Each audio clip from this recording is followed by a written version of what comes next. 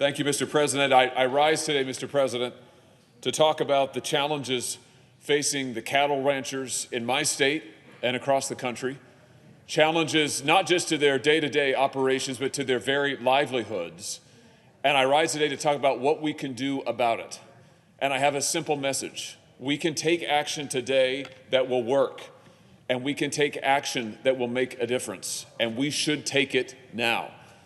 The situation that faces our cattle ranchers in Missouri and around the country, and for that matter, many other livestock producers, are very, very serious, and the situation is frankly untenable. Let me tell you what I'm talking about.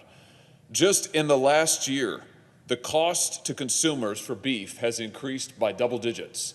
That's year on year from 2019 to 2020, double-digit increase. What's happened, though, to cattle ranchers, to those who actually raise the beef, who raise the cattle and then sell it to market? The price for them, has it gone up? No, it's gone down. In fact, over the last decade, cattle ranchers have seen their share of profits decline by double digits. So what's happening here? Cattle ranchers are getting less, much less in some instances, and by the way, so are other producers of livestock, and yet the cost to consumers is going up. Somebody is getting wealthy in this transaction, and that somebody are the packers, the processing companies. In America today, our meat processing, supply chain, equipment, the entire apparatus is owned by just a small handful of companies. Here's what I'm talking about. 4 companies, 4, together control over 80% of this country's beef processing operations, 80%. Even more remarkably, 3 of the giant meat packing companies control 63% of pork producing, 46 of beef packing, 38 of poultry producing. That's just 3 of them, and two, Mr. President, are based in Brazil and China. So you've got 4 major packers that control 80% of the market, 2 of them based overseas. This market concentration is squeezing out the farmers and the ranchers. It is enriching the packers, and it's ultimately hurting consumers. And so I say again, in this system, the only people who seem to win are the monopolists. We've got to do something about it, Mr. President. It's made even worse, the situation, by the fact that these same monopoly packers have been found guilty or otherwise pled to criminal violations, criminal uses of their monopoly status. For example, Pilgrim's Pride, a subsidiary of a Brazilian-owned company called JBS, received $107 million in criminal fines for price fixing in chicken markets.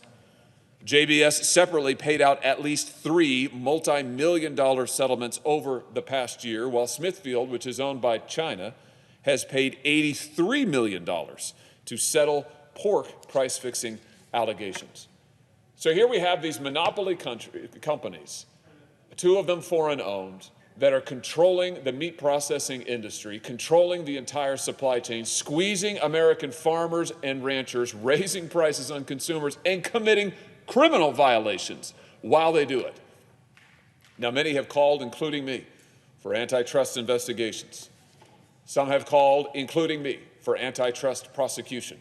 And I stand behind those positions. But, Mr. President, I'm here today to say that we must do more. And specifically, it is time for this administration, the Biden administration, to do more because they have the tools to do so at their disposal. Under federal law, the Secretary of Agriculture, Tom Vilsack, has the authority to refuse to provide or to withdraw inspection services from any of these monopoly packers or anyone who is reasonably connected to them who has been convicted of a felony or any other act or circumstance that indicates a lack of integrity as it concerns public health.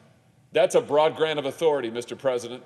What it means is that USDA could right now begin to suspend the inspection services for these monopoly companies, to say to these companies, we're not going to allow inspections to go forward, we're not going to allow your production to go forward until you come to the table and agree to resolve and to cease any criminal misconduct and to give a better deal to ranchers and farmers across this country. This authority is already existing under federal law. I want to be clear. It's already on the books. It's already provided for by federal statute, and our ranchers and our farmers need it to be used, and they need it to be used now. So today, I'm calling on the Secretary of Agriculture, Tom Vilsack, to invoke these authorities. Say to the major monopoly companies that USDA will suspend inspection services until they come to the table, until they open their books, until our cattle ranchers and our farmers in Missouri and across this country get relief. I'm making that request of the Secretary of Agriculture today. I hope that he will act today, because our farmers and our ranchers deserve relief today, and they deserve our help and our support as they work to protect the life that they lead, the life that is the backbone in many ways of this country, and as they continue their noble work of feeding the world. Thank you, Mr. President. I yield the floor.